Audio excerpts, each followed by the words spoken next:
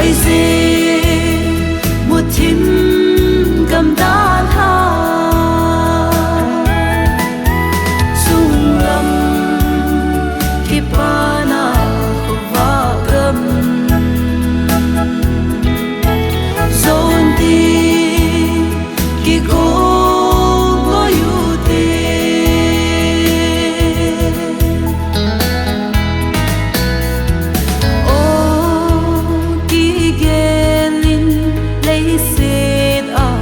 bên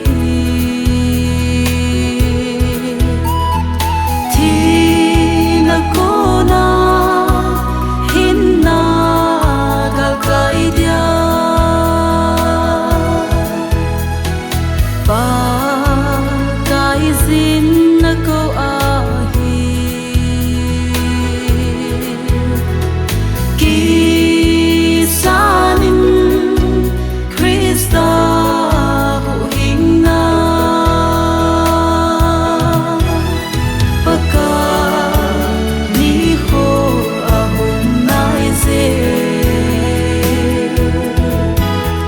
hay gì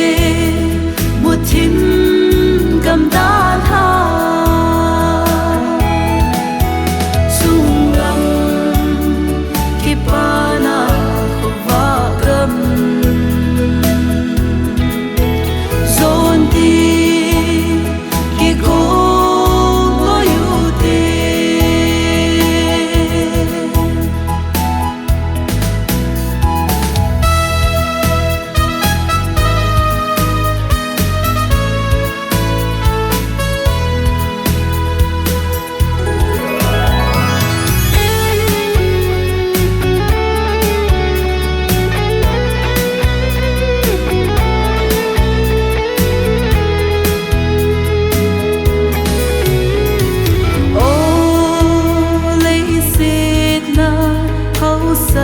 na ho dấu xe ngài lu hi ban na be a hi hin kho chom cha bo na ne ba ka ya di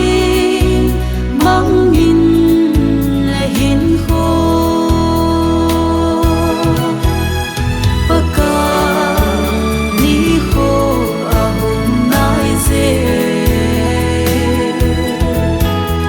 hay gì